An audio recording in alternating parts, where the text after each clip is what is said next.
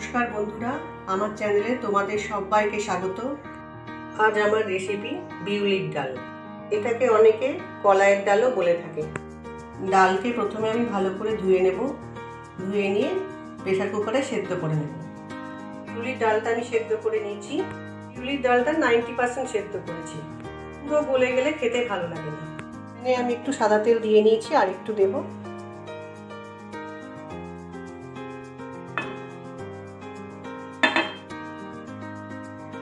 বিউলির ডালটা বানানোর জন্য প্রথমে তেলে আমি মৌরি ফোড়ন দিলাম।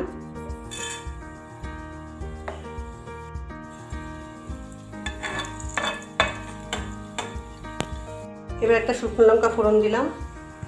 এবার একটা তেজপাতা ফোড়ন দিলাম। তেজপাতা, শুকনো লঙ্কা, মৌরি খুব সুন্দর ভাজা হয়ে গেছে। এবার আমি এর মধ্যে একটু হিং দেব। হিংটাকে একটু ভেজে নেব ভালো করে।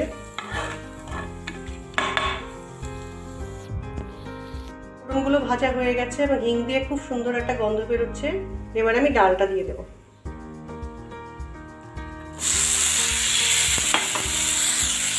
ডালটাকে একটু ফোড়নগুলোর সাথে মিশিয়ে দেব।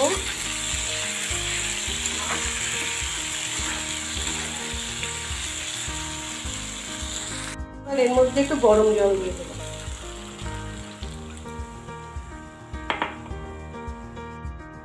ডাল এবং জল আমি ভালো করে মিশিয়ে নিয়েছি। একটু ফুটে যাক, ফুটে গেলে আমি একটু নুন আর হলুদ দেব। ডালটা ফুটে গেছে, এবার আমি একটু নুন দিলাম। অনেকেই কলাইয়ের ডালে হলুদ দেওয়া পছন্দ করে না, কিন্তু আমি কালারটা ভালো হবে বলে একটু হলুদ দিলাম। অল্প একটু চিনি দিলাম। এবার এগুলোকে খুব ভালো করে মিশিয়ে নেব।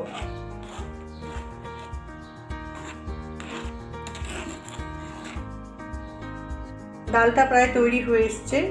এবার আমি একটু আদা বাটা দিলাম। ভালো করে মিশিয়ে নেব। আদা বাটাটা শেষের দিকে দিলাম, কারণ বিউলির ডালে আদা বাটার গন্ধটা খুব ভালো লাগে। তোমরা চাইলে আগেও আদা বাটাটা দিতে পারো। আমি 1 চামচ ভাজা মৌরি গুঁড়ো নিয়েছি। প্রথমে প্যানের মধ্যে আমি মৌরিটা দিয়েছি, দিয়ে একটু গরম করে নিয়েছি। তারপর এটা মিক্সিতে গুঁড়ো করে নিয়েছি। পুরোটা কিন্তু গুঁড়ো করে নিই, একটু গোটা গোটা রেখেছি। এবার ভাজা মৌরি গুঁড়োটা দিয়ে দেব। ভাজা মৌরি গুঁড়োটাকে আমি ডালের সাথে খুব ভালো করে মিশিয়ে নেব।